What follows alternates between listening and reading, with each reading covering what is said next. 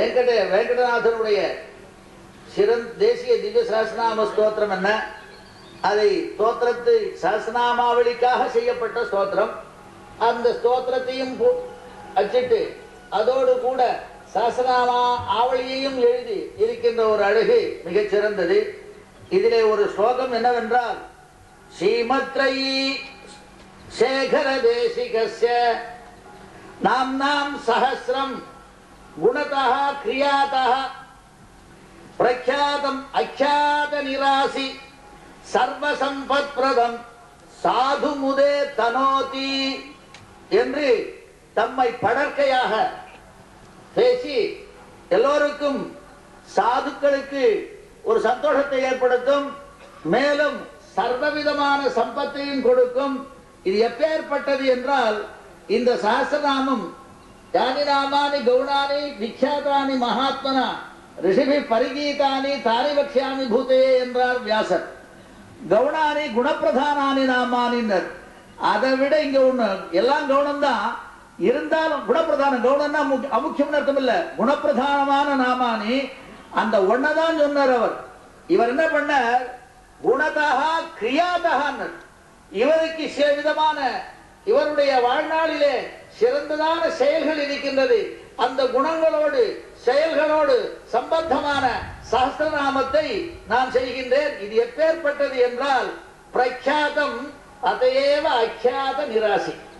அக்யாதி நிராசி அவை பிரக்யாதமானபடினாலே அக்யாதியை நிராசம் பண்ணக்கூடியது.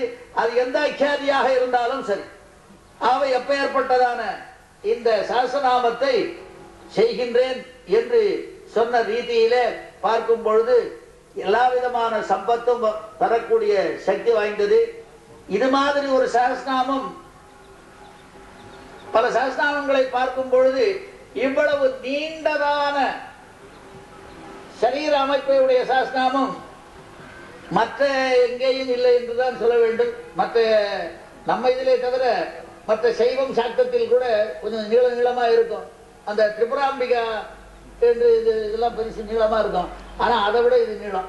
அதே சமயத்தில் மிக சிறந்ததான சுவாமியினுடைய குண சம்பந்தமான விஷயம் என்ன, கிரியா சம்பந்தமான விஷயம் என்ன, இதெல்லாம் மிக அழகாக இருக்கின்ற காரணத்தினாலே யாரும் செய்யாததான இந்த சஹஸ்ரநாமத்தை திருக்குடந்தை தேசிகன் செய்தருளினார்.